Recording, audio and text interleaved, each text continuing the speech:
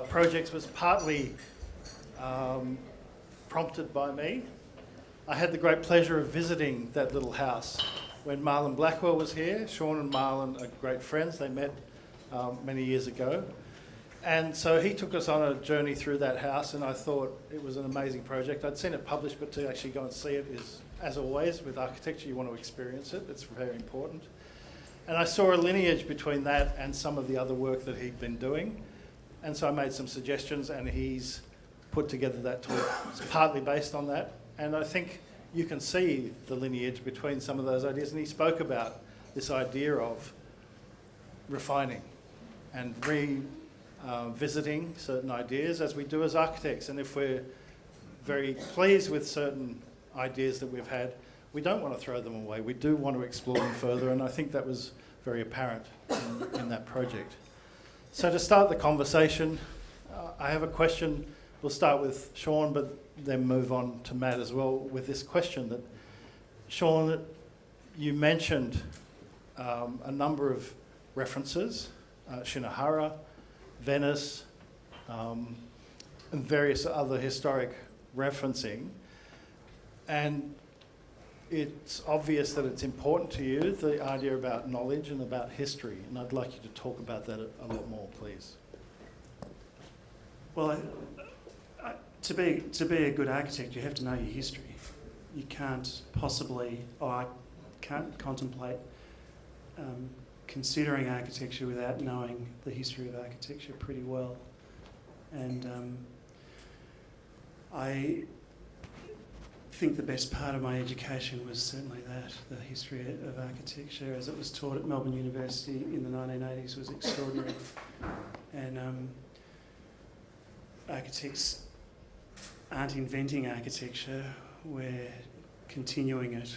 And so if your work is a part of the continuum of architecture, then you need to know where it began and what happened along the way to get you to where you're at. And I think that for me that's essential. I'm concerned that that's not now normal or typical, that we're seeing we're certainly in an era of an architecture of appropriation that doesn't quite understand why it's using the bits that it's using to make the shapes that it's making in the name of architecture. And I find that very concerning.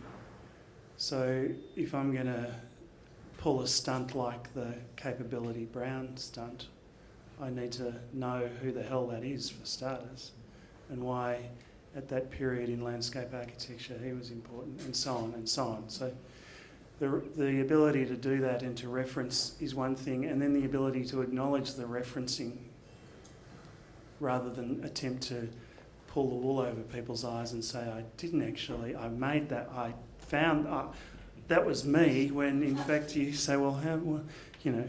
So what's a good example of the cantilevered flaps? Paul Rudolph. Everyone who knows Paul Rudolph's seen him do that in the Florida houses. So nothing's new. Paul Rudolph via Jean Nouvel into Sean Godsell. That's really where that stuff's coming from. There's nothing wrong with that. If you think there's something wrong with that, you shouldn't be doing architecture, because that is architecture. It's the constant revision of what's gone before.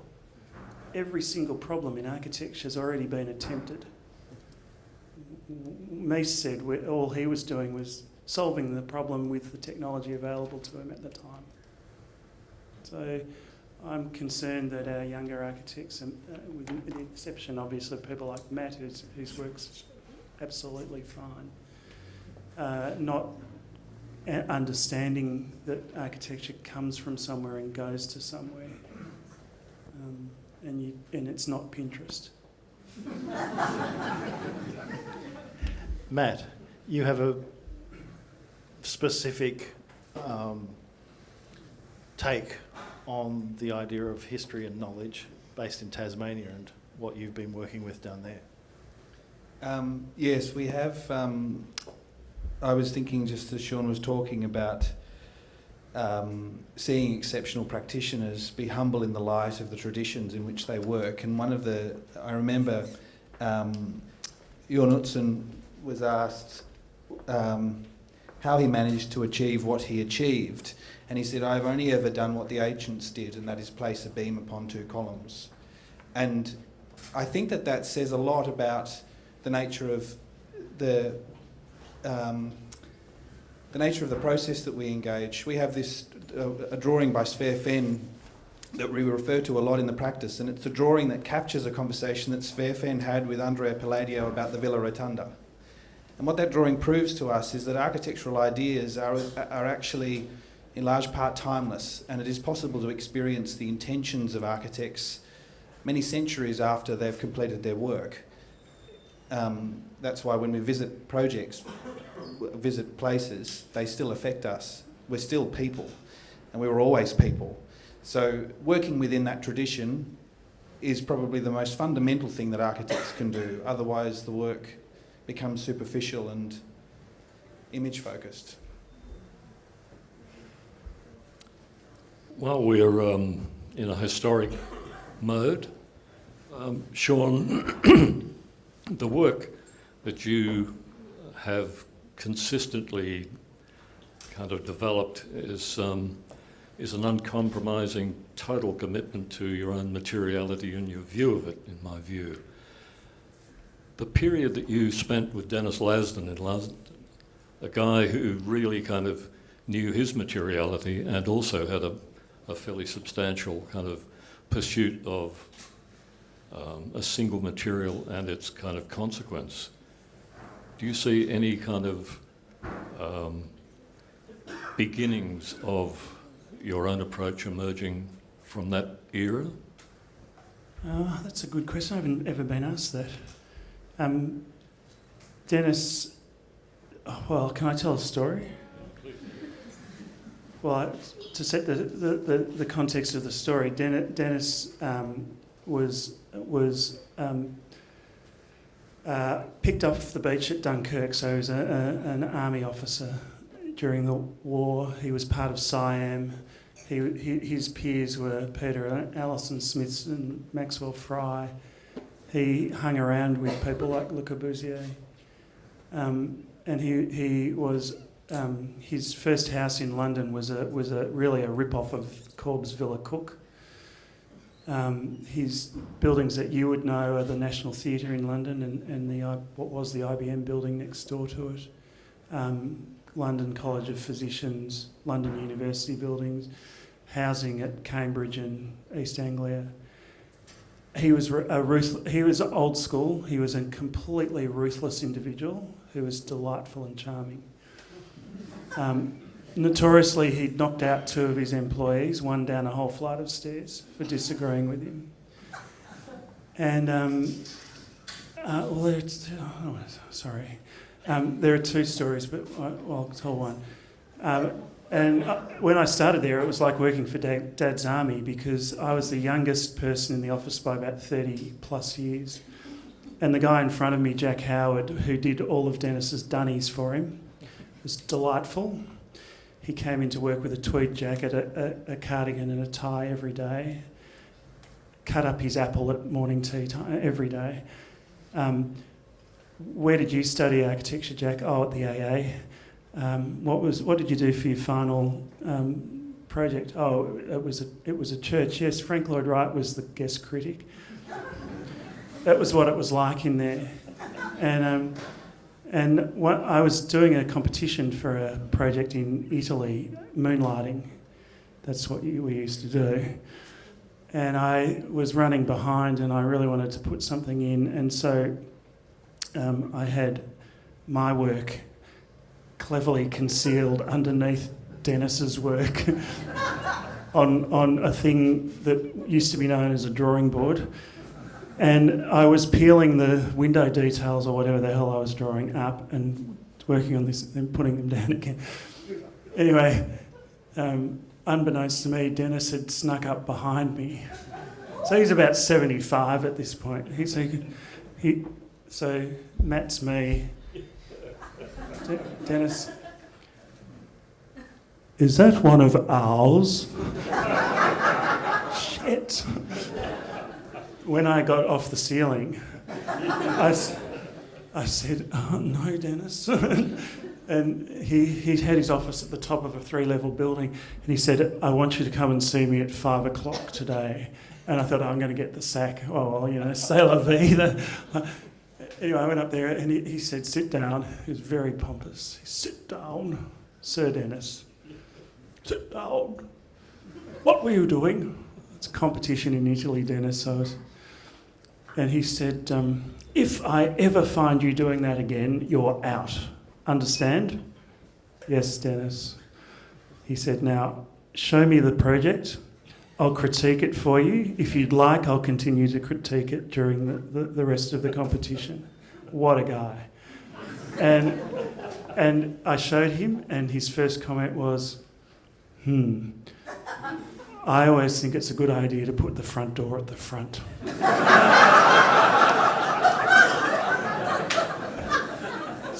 So yes, you could say, and that's great advice too, by the way. You could say that he did have an influence on me, Bob, but...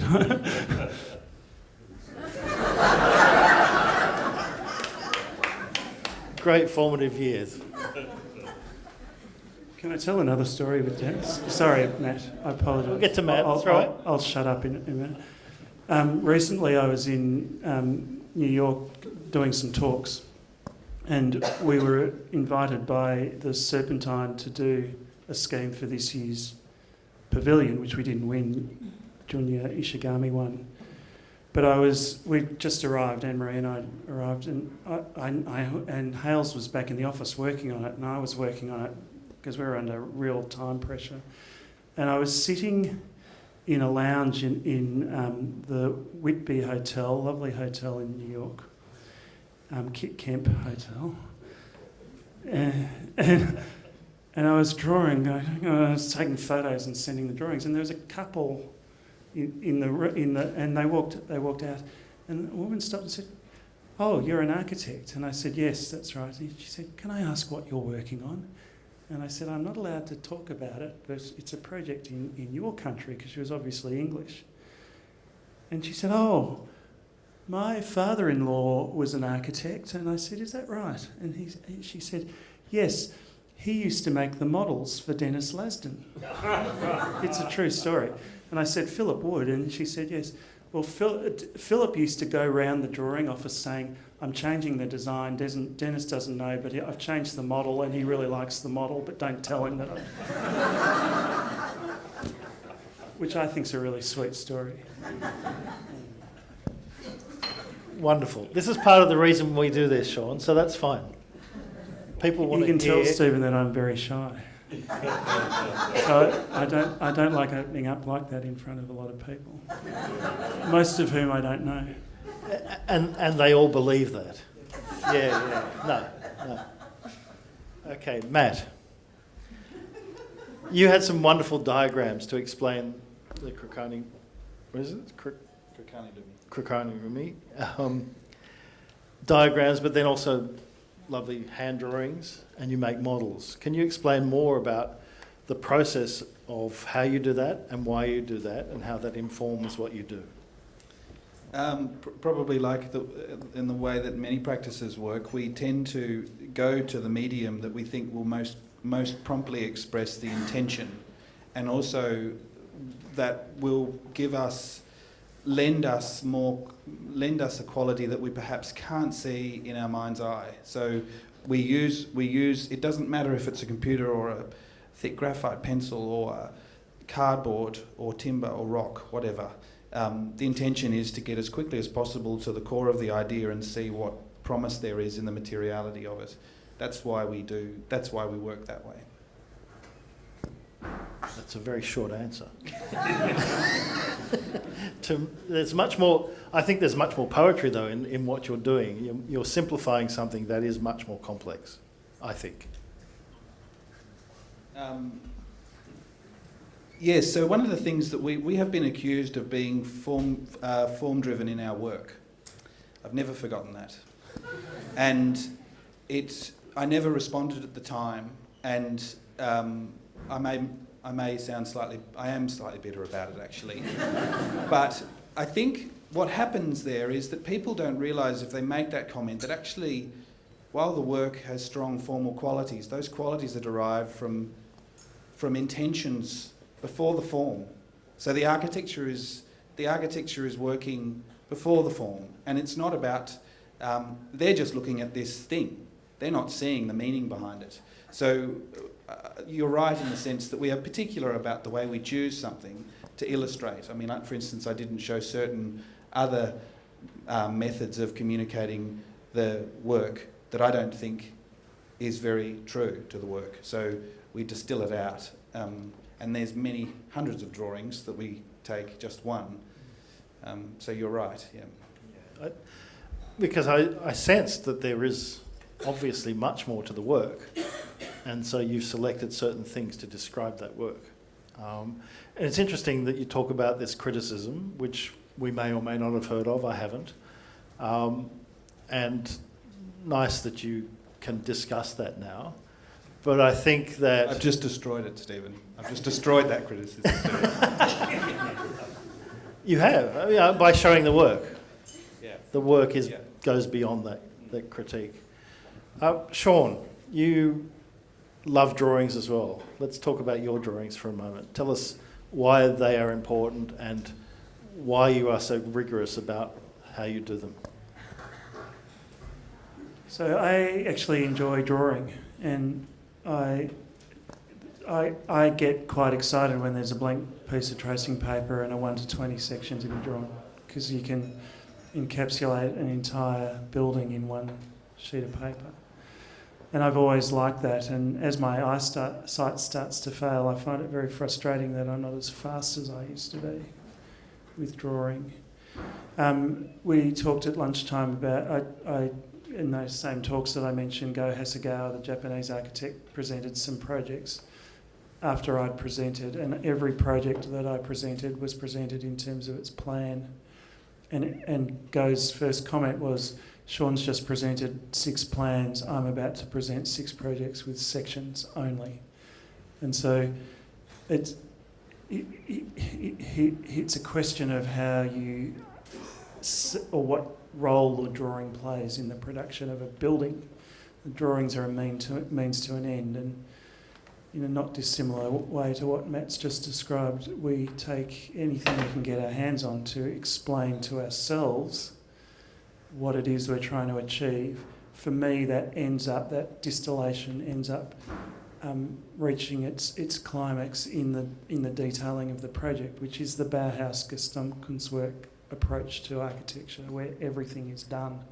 So everything down to the skateboard deck chair is the product of, ideally, not necessarily one hand, but one mind, and drawings are an important part of that. But I mean, Matt explained that beautifully. Frank Lloyd Wright was interviewed a couple of years before he died on radio, and he said to be a good architect, you've got to have a good eye. If you've got a good eye, you can see what not to do, and you can restrain what you're doing. And restraint is really a big part of what I do when I produce a building. People call it minimalism. People describe it as rigour, but it's actually just knowing what to leave out to get maximum effect. Matt, thank you very much for taking me back to my childhood and the beautiful Tasmanian landscape once again. Fantastic. The Emery House, very much influenced, I think, by my old boss, Rod Cooper, and he, in turn, influenced by Marcel Breuer, and you referred to him. That kind of idea and generation of outcome was very much specific to that site. Are there influences other than those kind of references that you are aware of going forward that might influence the work as you proceed?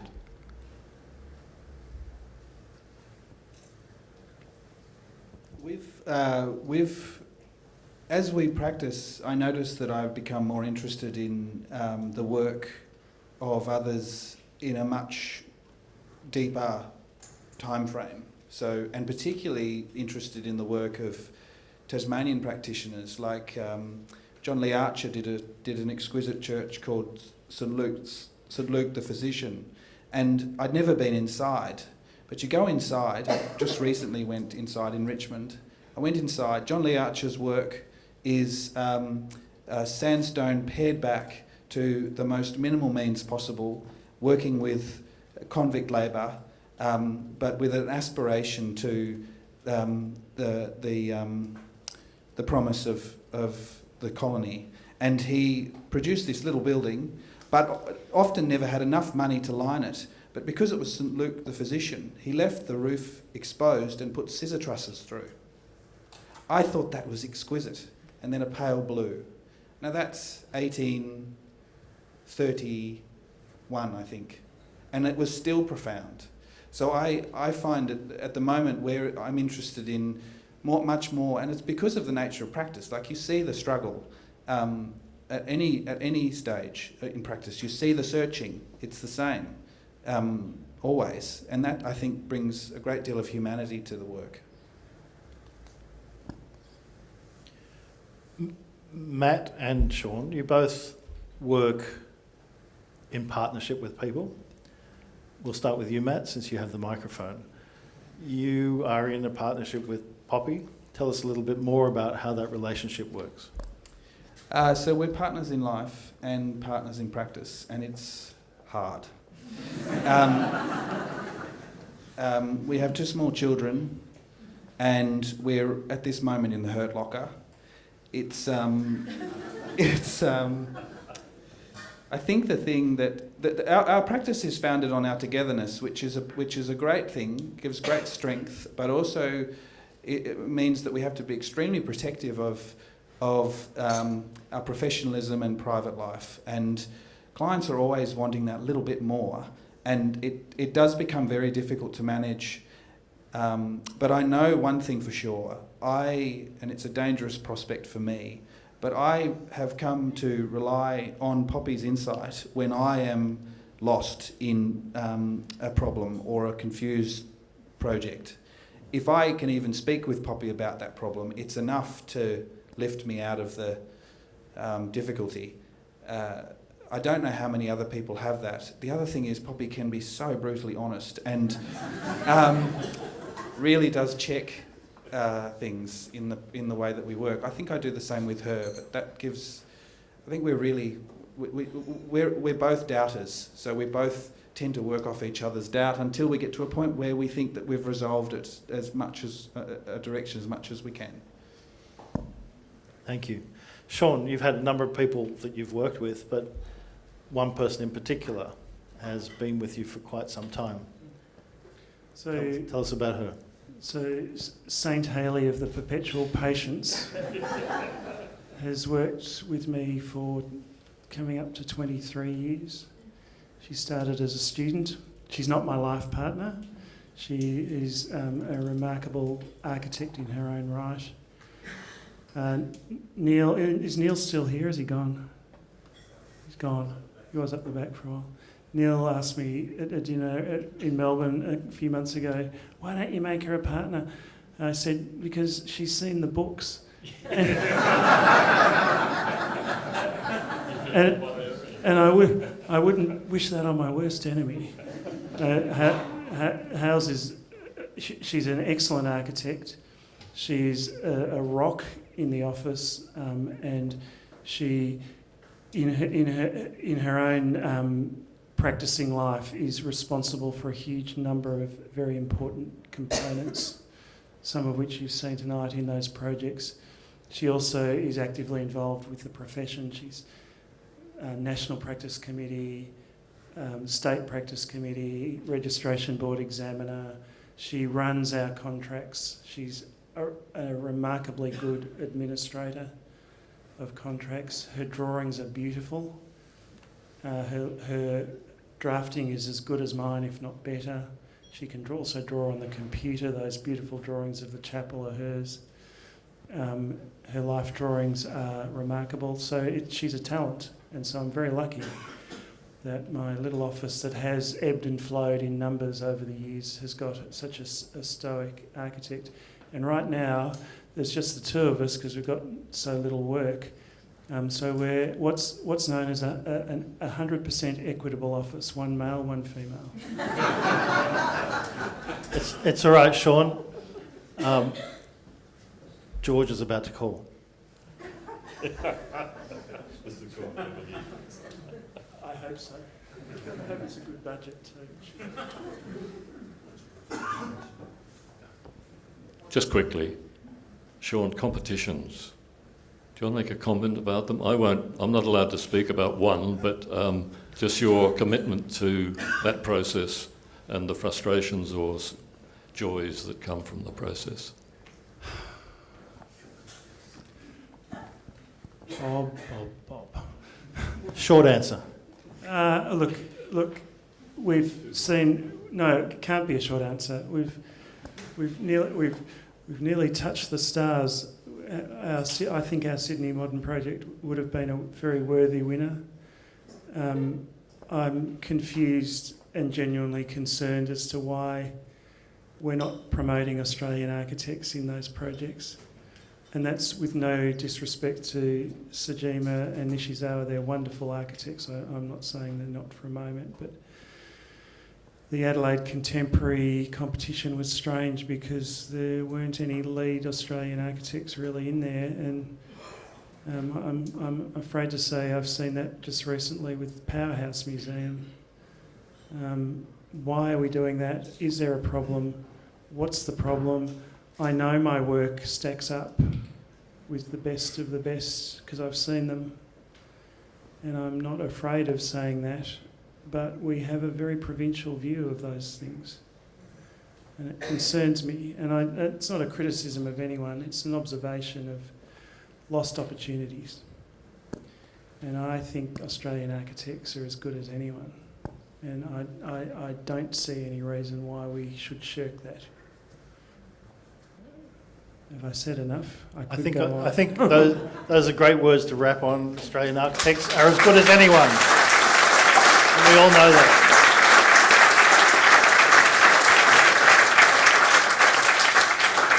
I think there's a great sentiment to end on. Thank you all for joining us for our 50th talk. Thank you all for coming and supporting us. Please come back again next time.